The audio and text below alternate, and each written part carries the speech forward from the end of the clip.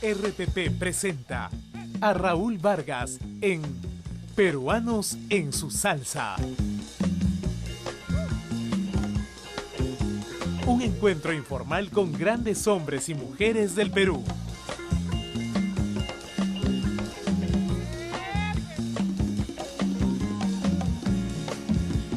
Peruanos en su salsa.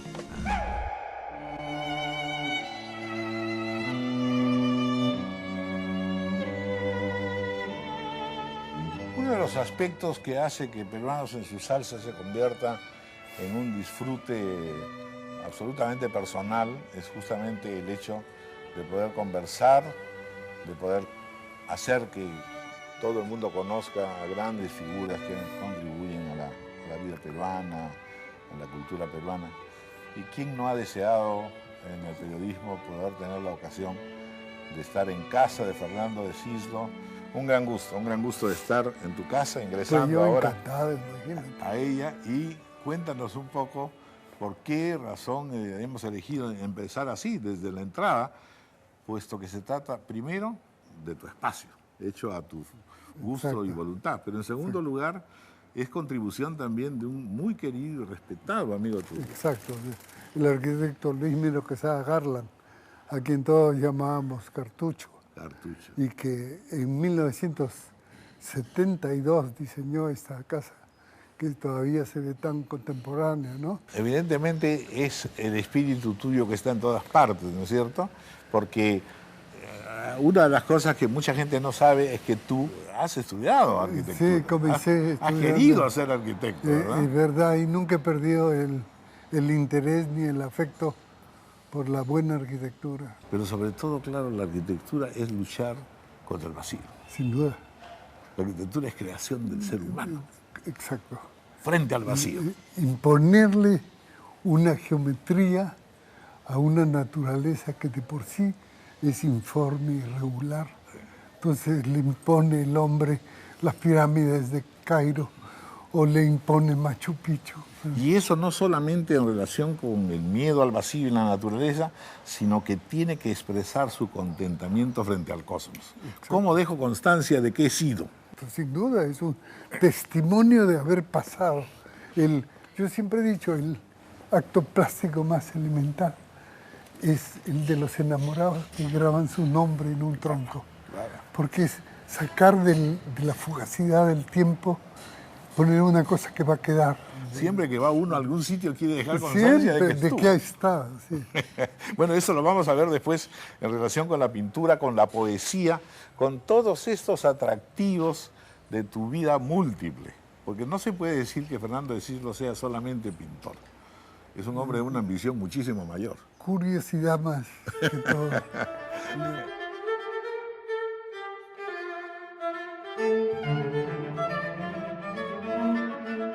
Pero ¿qué es la pintura, Fernando? ¿En qué momento decides tú dedicarte a la pintura en medio de tantas tentaciones? Porque has sido un gran lector, vienes de una familia en la que evidentemente la influencia de Valdelomar, aunque sea en las conversaciones cotidianas, se elegía. Y finalmente has tenido la ocasión de conocer a peruanos sustantivos y fundamentales que podrían haberte llevado a la literatura, a la poesía, en fin. ¿Por qué la pintura? ¿Qué es la pintura? Lo que más cerca estuvo de mí en mi adolescencia fue la literatura, sin duda. Yo era un chico asmático hasta los 14 años, faltaba mucho al colegio, leía mucho porque había una buena biblioteca en mi casa, la biblioteca Valdelomar de un lado y la biblioteca de mi padre de otro, y la música también. Mi padre amaba era musicólogo, era adicto a la música, ¿no? Cuando estaba terminando media, me di cuenta que tenía facilidad para las matemáticas.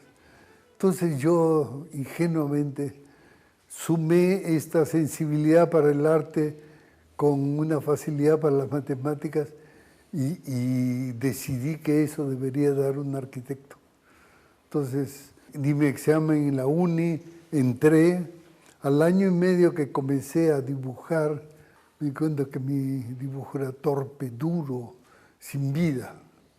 Entonces decidí matricularme en un curso nocturno de dibujo en la Católica. Al día siguiente me di cuenta que si yo había nacido para algo era para pintar. No obstante la dura mano del comienzo. Sí, para desilusión, como te imaginas, de mis padres, Ya dijo que todo. me veían dejar una carrera seria por una bohemia. Este joven ha elegido el peor camino, que es el camino de ser pobre. De pobre y vago y desordenado, etc. Con la vuelta del tiempo, de entonces, de los 50 para acá, ¿qué cosa es la pintura? Que fue en su primer momento el camino de Damasco, pero luego, ¿qué cosa ha sido o ha seguido siendo para ti la pintura? Lo que me decidió por la pintura, mi primer interés por la pintura, fue un libro, una novela de Somerset Maugham, que se llama La luna y 6 peniques, que narra con nombres cambiados la vida de Gauguin. Esta vida trágica, este amor a la pintura, esta ferocidad por encontrar una manera de pintar propia, eso me impresionó mucho. O descubrí lo que podría ser, ¿no es cierto? Y inventé hasta una definición de la pintura. El encuentro visible de lo sagrado con la materia. O sea, la materia sacralizada. Pero después dije, eso no es suficientemente preciso, porque la mujer amada es materia sacralizada también, ¿es cierto? Entonces era una definición un poco vasta. Un poco vasta, pero además atractiva, porque había toda esta simbología erótico-amorosa. Claro, que nunca he estado lejos ni de mí ni de mi pintura, ¿no? Sí. Siempre he estado Pero muy luego, cerca. en el intermedio, ¿qué cosa aparece en la cultura en general y sin duda en la pintura también? Por lo pronto el hombre, por lo pronto la historia. Claro, La forma en que tú sientes la historia claro. es una forma tan notable porque en realidad has pasado de la tentación de la pura pintura y de la abstracción, no necesariamente de un realismo, y en qué momento entonces entroncar con lo que tú mismo has definido, esta manera de que no se puede ser universal y no se puede crear si es que al mismo tiempo uno no mira para atrás a su pasado, Hacia adentro. en fin, a esta materia Sin duda. histórica, ¿no es cierto? Sin duda. Y que encuentro yo la mejor definición, la de Ortega, ¿no es cierto? Que dice, yo soy yo y mi circunstancia. O sea, yo no soy una persona nacida de la nada, sino soy fruto de una circunstancia, de una geografía, de un clima, de una frustración, de una historia pasada, de una tradición. En la exhibición extraordinaria, esta retrospectiva del Mali, si algo lo deja a uno patitieso, en realidad, de una emoción tremenda, es ver que hay en esa abstracción dos expresiones. Primero, el sulfuro de la propia creación, el fuego de la tierra, la explosión que va transformando todo. Y lo segundo, esta tenue, persistente, nostálgica presencia de lo simbólico precolombino. Sin duda, es muy cierto. El alfabeto de formas del arte precolombino es una cosa que tengo adentro. O sea que lo he mirado con tanto interés, con tanta amor y con tanta afición, que forma parte de la estructura mental de mi dibujo, ¿no es cierto? Lo que yo quería era lo que Rilke quería. En el cuaderno, los cuadernos de Malte, Rilke dice: para hacer un poema se necesita haber amado, odiado, haber visto nacer, haber visto morir, haber gozado, haber sufrido y después olvidar todo eso para que se vuelva sangre de uno y salga como un brote propio, como un vómito propio, ¿no es cierto? Bueno, la quintesencia, ¿no? También, la quintesencia. Ahora, ese es un proceso donde en realidad hay una transubstanciación, hay un sufrimiento, hay una violencia, hay una lucha. Estamos viendo este cuadro, por ejemplo, que está Fernando pintando, y yo le preguntaba eso. Primero, ¿cuánto tiempo toma? Pero en segundo lugar, ¿hay algún momento en que o tira el pincel o se calienta consigo mismo o lo interrumpen y lo llaman por teléfono? No sé. no es fácil pintar. No, no es fácil. No es fácil acertar, vaya. Es casi imposible. Si no te apellidas Rembrandt o Da Vinci, es casi imposible. Yo te diré, 68 años que pinto todos los días, nunca he dicho, esto es lo que yo quería hacer. Siempre ha habido un desfase entre lo que yo quise hacer, lo que yo soñé hacer cuando comencé el cuadro y lo que me queda después de haber pataleado. Me queda una cosa que no es lo que quería, es un remedo de lo que quería. Y cuando voy a una exposición retrospectiva como esta del Mali, es terrible porque lo que veo son defectos. A este cuadro le falta esto, aquí habría ¿Son como pasos de fracasos? No. Exacto. ¿Sí? Es una suma de derrotas. ¿Y en qué momento entonces te reconcilias? En el momento de que alguien ha visto el cuadro y te demuestra su emoción, se sorprende contigo. Eso, que gente lea algo de lo que yo quería decir, que yo haya logrado transmitir por el lenguaje del color y de la sombra y de la luz, algo que yo quería decir y que alguien lo ha captado, ¿no es cierto?